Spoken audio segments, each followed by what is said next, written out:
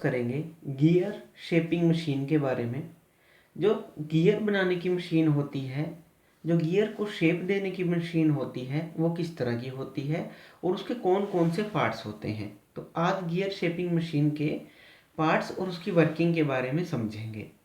तो सबसे पहले डिस्कस करते हैं इसके कुछ पार्ट्स। यहाँ पे देखिए, यहाँ पे ये है spindle head. Spindle head, spindle head मतलब इसके अंदर ये स्पिंडल होता है। आप इसको आर्बर भी बोल सकते हैं। वैसे ये आर्बर और स्पिंडल हम इसको बोलते हैं, लेकिन मेनली इसको स्पिंडल बोला जाता है।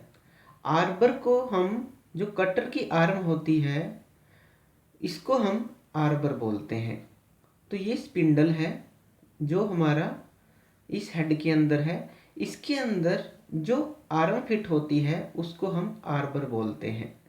वैसे कई जगह आर्बर और स्पिंडल हम सेम ले लेते हैं, लेकिन ये सेम नहीं होती। स्पिंडल होता है जिसके अंदर टेपर होल होता है और इसके अंदर हम आर्बर को फिट करते हैं। तो आर्बर है कटर की रोड जो कि फिट होगी स्पिंडल के टेपर होल के अंदर। ये होता है कटर, जो कि टीथ, कटिंग टीथ होते हैं इसके ऊपर और गियर को कट करने के काम आता है। ये होती है गाइड, इसको हम कहीं भी सेट कर सकते हैं, ऊपर नीचे किसी भी पोजीशन पे इस हेड को। तो ये है गाइड जो ऊपर नीचे ट्रैवल कर सकती है। इसके बिल्कुल सामने यहाँ पे लगा होता है गियर ब्लैंक, जिसके ऊपर हमें गियर टीथ काटने हैं। इसलिए इसको गियर ब्लैंक बोला जाता है कि ये खाली है, अभी हमें इसके ऊपर टीथ काटने हैं। इसके बिल्कुल बीचों बीच ये होता है स्पिंडल, वर्क पीस स्पिंडल आप इसको बोल सकते हैं। ये क्या काम करता है, ये रोटेट करता है। इस तरह से ये गियर ब्लैंक को रोटेट करता है, तो रोटेशन प्रोवाइड करता है पूरे गियर ब्लैंक को। अब जो ये गियर ब्लैंक है और इस स्पिंडल के थ्रू ये कनेक्ट है गियर्स के साथ, या फिर आप बोल सकते हैं गियर अरेंजमेंट के साथ। ये गियर अरेंजमेंट एक पूरी गियर ट्रेन के साथ कनेक्ट होती है, जो कि होती है हमारी कॉलम के अंदर। ये सारा क्या है, कॉलम होता है। ये सारा कॉलम है,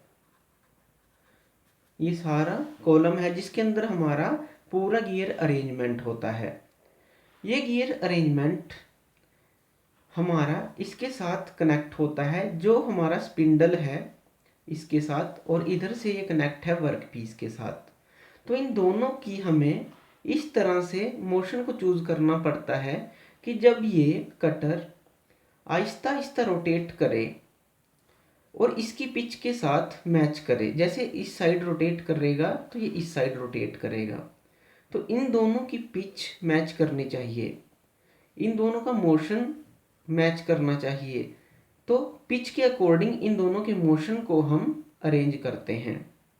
ये जो हमारा कटर है ये अप और डाउन का मोशन लेता है, अप और डाउन का मोशन।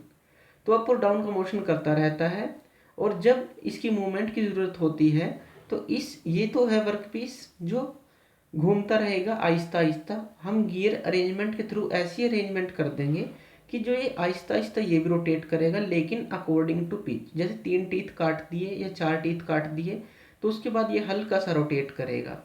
तो इस तरह से इन दोनों की रोटेशन को हम मैनेज करते हैं। मेनली जो कटिंग होती है अप और डाउन के कारण होती है। जो ये कटर है अप और डाउन करेगा तो अप और डाउन के कारण कटिंग होगी। ये होता है टॉप, इसको हम बोलते हैं टॉप। इसके अंदर हमारा अरेंजमेंट होता है इस पूरे स्पिंडल को अप और डाउन करने के लिए। जैसे कि वो एक्सेंट्रिक आर्म हो सकती है जो कि हमें अप और डाउन का मोशन प्रोवाइड करे। क्रैंक लगी हो सकती है जो अप और डाउन का मोशन प्रोवाइड करे। तो कोई भी मैकेनिज्म हो सकता है जो अप और डाउन का मोशन प्रोवाइड करती है स्पिंडल को। तो इस तरह से जो इसके पार्ट्स हैं वो गियर कट करने में हेल्प करते हैं। जब ये अप और डाउन होता है तो यहाँ पे टीथ कटने स्टार्ट हो जाते हैं, मटेरियल रिमूव होना स्टार्ट हो जाता है। ये रोटेट करता रहता है, ये अप और डाउन होता है, और जब इन दोनों की पिच मैच करती है तो ये हल्का सा रोटेट हो जाता है, और ये कटिंग ऐसे ही करता रहता है अप और डाउन मोशन के अंदर। तो गियर शेपिंग मशीन के अंदर ये वर्टिकल टाइप ऑफ जो कटर है इसका हम यूज़ कर सकते हैं। तो ये थी gear shaping machine vertical type cutter के अंदर। तो थैंक यू ये वीडियो देखने के लिए, और ज़्यादा अपडेटेड वीडियोस के लिए आप मेरे चैनल लर्न एंड ग्रो पे मुझे सब्सक्राइब कर सकते हैं। Thank you.